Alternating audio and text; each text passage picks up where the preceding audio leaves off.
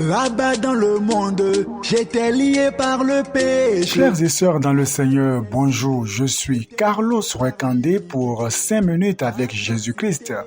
Méchanceté, perversie. Le thème que nous abordons aujourd'hui est Nathan. Nathan. Parlant de Nathan, nous parlons bien sûr du prophète Nathan. Mon Jésus, toi qui m'as pardonné. Un livre de Jérémie chapitre 27 au verset 9. Et vous, n'écoutez pas vos prophètes, vos devins, vos songeurs, vos astrologues, vos magiciens qui vous disent, vous ne serez point asservis au roi de Babylone, car c'est le mensonge qu'ils vous prophétisent, afin que vous soyez éloignés de votre pays, afin que je vous chasse et que vous périssiez. Ces versets nous montrent clairement qu'il y a de faux prophètes, plusieurs faux prophètes qui ont dans leur bouche des paroles de mensonges. Verset 10, car c'est le mensonge qu'ils vous prophétisent, du mensonge qu'ils prophétisent. Et ce qui est grave est qu'ils le prophétisent au nom de l'Éternel. Ils mentent sur le coup de Dieu, que c'est grave, que c'est gravissime. Mais dans la Bible, nous avons un prophète qu'on appelle le prophète Nathan, un prophète véritable. Dans le livre de 2 Samuel chapitre 12 au verset 1, ce prophète, lisons son histoire. Verset 1. L'Éternel envoya Nathan vers David, le roi David. Et Nathan vint à lui et lui dit, il avait dans une ville 2 hommes, l'un riche et l'autre pauvre. Le riche avait des brebis et des bœufs en très grand nombre. Le pauvre n'avait rien du tout qu'une petite brebis qu'il avait achetée. Il la nourrissait et elle grandissait chez lui avec ses enfants. Elle mangeait de son pain, buvait dans la coupe, dormait sur son sein et il la regardait comme sa fille. Un voyageur arriva chez l'homme riche et le riche n'a pas voulu toucher à ses brebis ou à ses bœufs pour préparer un repas au voyageur qui était venu chez lui. Il a pris la brebis du pauvre et l'a apprêtée pour l'homme qui était venu chez lui.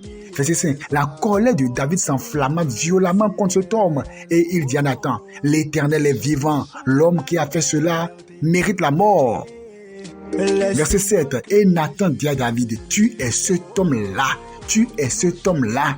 Nathan va continuer maintenant et dire les paroles de colère de l'Éternel sur Moïse. Verset 10. Maintenant, l'épée ne s'éloignera jamais de ta maison parce que tu m'as méprisé et parce que tu as pris la femme d'Uri le Héthien pour en faire ta femme. Imaginez ce prophète qui envoie de telles paroles au visage du roi sans avoir peur. Ça, c'est un véritable prophète qui parle au nom de l'Éternel, qui dit la vérité, qui dit exactement le cœur et la pensée de Dieu. Combien de véritables prophètes avons-nous encore de nos jours?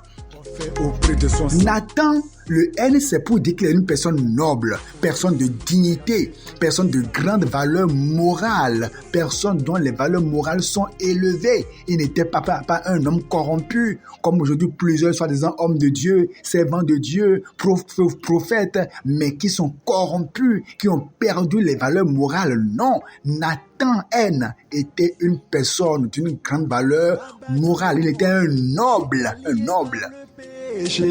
Là-bas dans cette cité. Le A de Nathan, c'est pour dire qu'il est authentique. Celui qui est authentique, il est véridique, il est digne de confiance. Il transmet le message de manière fidèle et intègre. C'est là ce qu'était Nathan, véridique, digne de confiance. Il transmet le message de manière fidèle.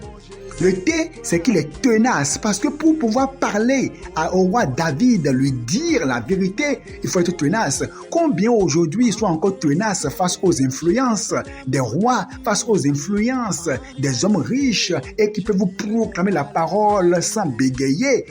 Nathan était tenace face aux influences et aux menaces. Un vrai prophète qui vient de Dieu, qui veut être la bouche de Dieu, doit être une personne tenace face aux menaces, face aux hommes influents. Le H, c'est qu'il est honnête, il est droit, transparent. Le H encore, c'est qu'il est le haut-parleur de Dieu. Il dit tout haut ce que Dieu lui dit dans son cœur, ce que Dieu lui révèle. Le A qui suit, c'est que il est un altruiste. Nathan était un altruiste, quelqu'un qui se soucie de manière désintéressée du bien-être des autres. C'est ce que devrait être un vrai pasteur, un vrai prophète, un vrai leader. Il se soucie de manière désintéressée. Ce n'est pas à cause de l'argent, à cause des gains sordides, non. Il se soucie du bien-être des autres, parfois même au détriment de ses propres intérêts. Et le N, c'est qu'il est nourricier, quelqu'un qui soutient la croissance et le développement des autres. Le prophète Nathan, il était un bon prophète. Le N, nourricier, c'est pour dire qu'il apporte un enseignement spirituel, capable de faire grandir ceux qui l'écoutent. Et c'est là ce que devrait être un vrai leader, un vrai prophète, nourrir le peuple convenablement. Que le Seigneur vous bénisse et vous aide à être véridique au nom de Jésus. Amen.